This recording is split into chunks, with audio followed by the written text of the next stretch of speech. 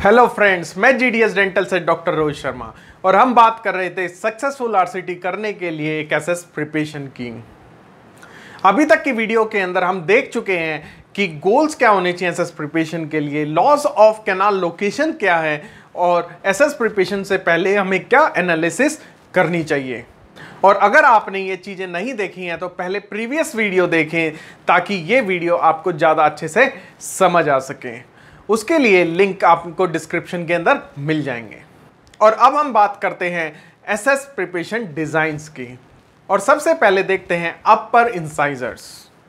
Central incisor की outline triangular shape की है तो हमारी एसएस का डिजाइन भी ट्रायंगुलर होगा, जैसा कि हमने लॉस ऑफ कैनाल लोकेशन के अंदर हमने देखा था। आपने इंसाइजर के पैलेटल सरफेस को 9 इक्वल कॉलम्स में डिवाइड करना है। पहली हॉरिजॉन्टल लाइन सिंगुलम के नीचे से जाएगी। याद रखें, हमें इंसाइजर की एसीपी में सिंगुलम को सेव करना है। सिंगुलम स्ट्रेस बीयरिंग एरिया है, इसको हमें डैमेज नहीं करना है। हम इंसाइजर को 9 इक्वल पार्ट्स में कुछ डिवाइड कर लेते हैं कुछ इस तरीके से। और सेंटर का जो वो हिस्सा है जिसमें हमने अपनी एसएस प्रिपरेशन स्टार्ट करनी है, हमने लगभग 1.5 mm के राउंड बर से एंट्री बनानी है और बर को पैलेटल सरफेस के 45 डिग्री एंगुलेशन पर रखना है।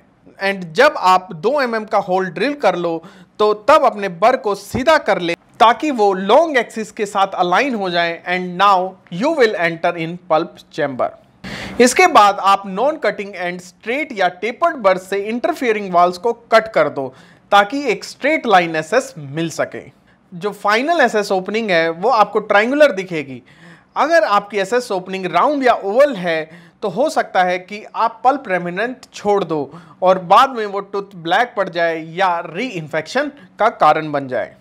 बहुत बार आप केसेस देखेंगे कि पेशेंट का इंसाइजल एज टूटा हुआ है या लेबियल सरफेस बिल्कुल एट्रेटेड है।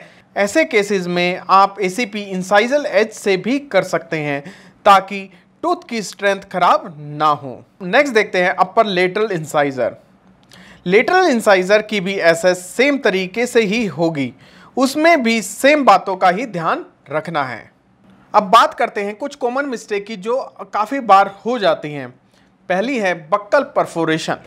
काफ़ी बार पल्प कैल्सिफिकेशन या एज चेंजेस देखने को मिलते हैं एंड पल्प चैम्बर इंसाइजर का काफ़ी अपाइकली शिफ्ट हो जाता है एंड हम बर लेकर एक्स्ट्रा डिग कर देते हैं thinking that we will feel the drop, पर हम बक्कल सरफेस से बाहर आ जाते हैं।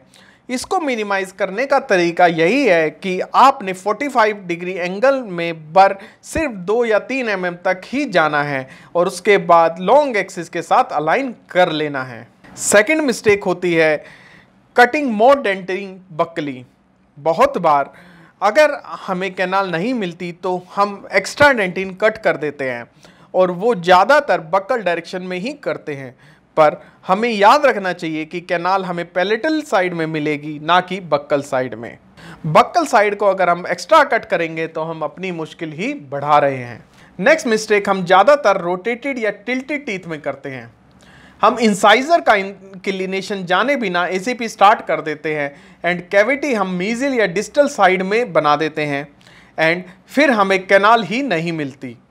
इसको मिनिमाइज हम इंसाइजर के एंगुलेशन को स्टडी करके ही कर सकते हैं। नेक्स्ट मिस्टेक है नॉट रिमूविंग पैलेटल डेंटिन। ज़्यादातर कैनाल फाइंड करना इंसाइजर में आसान होता है एंड एज सून एज हमें कैनाल मिलती है हम प्रिपेयर करना स्टार्ट कर देते हैं। हम स्ट्रेट लाइन एसएस पर ध्यान नहीं देते हैं। अगर आप ऐसा नहीं करोगे तो फाइल्स की लाइफ कम हो जाएगी और एक्स्ट्रा मेहनत करनी पड़ेगी। अब हमने अपर इंसाइजर्स की तो एसएस प्रिपरेशन देख ली है, अब हम बात करते हैं लोअर इंसाइजर्स की।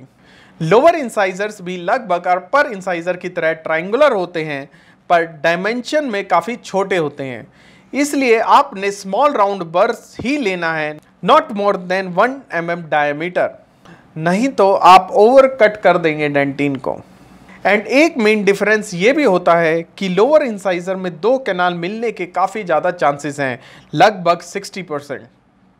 तो चले देखते हैं कि एसएस हम कैसे प्रिपेयर कर सकते हैं लोअर इंसाइजर की।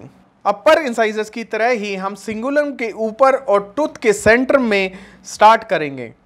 पर हमने बर की एंगुलेशन 45 डिग्री नहीं रखनी है।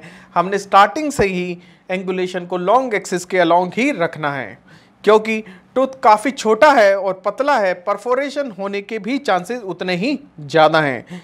इसलिए अगर आप एयर रोटर की स्पीड कम रखेंगे तो ज़्यादा बेहतर होगा। क्योंकि लोअर इंसाइजर में 2 कैनाल्स होती हैं तो हमें अपनी एसएस इंसाइजली और लिंगुअली एक्सटेंड करनी है। अगर आप सेंटर में सिर्फ एक होल करके कैनाल लोकेट करोगे तो आप सिर्फ एक ही कैनाल को फाइंड कर पाओगे। इस इमेज में सिर्फ लेबियल कैनाल ही हम प्रिपेयर कर सकते हैं।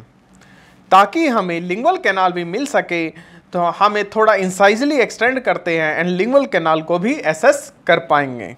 अपर इंसाइजर की तरह ही इसमें भी रॉन्ग डायरेक्शन में जाने के काफ़ी ज़्यादा चांसेस होते हैं एंड क्योंकि इसकी डायमेंशन काफ़ी कम होती है, परफोरेशन अपर के मुकाबले काफ़ी ज़्यादा देखने को मिलती हैं। अपर इंसाइजर की तरह ही इसके अंदर भी सेम मिस्टेक्स होने के काफ़ी ज़्यादा चांसेस हैं और आपको सेम प्रिकॉशन लेनी है। नाउ अब हमने अपर एंड लोअर इंसाइजर की एसीपी देख ली है। अब हम बात करते हैं कैनाइन की। पहले देखते हैं अपर कैनाइन। अपर कैनाइन की आउटर आउटलाइन लगभग अवॉइड होती है, तो कैनाइन की एसएस की शेप भी अवॉइड ही होगी। हमें एसएस टूथ के सेंटर में ही स्टार्ट करनी है। अपर कैनाइन में 2 रूट का मिलना काफ़ी रेयर है, पर यस आपको ऐसे केसेस मिल जाएंगे जिसके अंदर अपर कैनाइन के अंदर भी 2 रूट कैनाल्स हों। अपर कैनाइन में 2 रूट कैनाल्स हैं या नहीं है, ये बात आप मल्टीपल एक्सरेज और रूल ऑफ सेंटरिटी को यूज़ करके ही पता लगा सकते हैं। आपको एसएस का साइज इतना बड़ा रखना है ताकि आपकी 30 नंबर की 6% फाइल क्राउन के डेंटिन से ना टकराए। और अगर कैनाइन ट्रीटेड है तो एसएस के वक्त इंसाइजल एज को कट किया जा सकता है। अब बात करते हैं लोअर कैनाइन की। लोअर इंसाइजर की भी एसएस डिज़ाइन अवॉइड ही होती है, पर क्योंकि 20% केसेस में हमें 2 रूट मिल सकती है, इसलिए एसएस हम बक्कोलिंगुअली एक्सटेंड करते हैं। काफ़ी बार आपको लोअर कैनाइन बक्कली एट्रेटेड मिलेगा, तो उस केस में भी आप SS cavity totally buccal side से भी कर सकते हैं। फ्रेंड्स, ये कुछ बातें थी, कुछ टिप्स थी, कुछ ट्रिक्स थी ताकि आप एंटीरियर टीथ की एसएस प्रिपरेशन आसानी से कर सके और मिस्टेक से बच सकें। लेकिन अगर आप एक्चुअल पेशेंट के अंदर ये सब चीज़ें आजमाना चाहते हैं, अपना कॉन्फिडेंस बढ़ाना चाहते हैं पेशेंट के अंदर, तो GDS डेंटल एकेडमी को ज्वाइन कर सकते हैं। Thank you for watching. Please subscribe our channel for watching other useful videos. Thank you.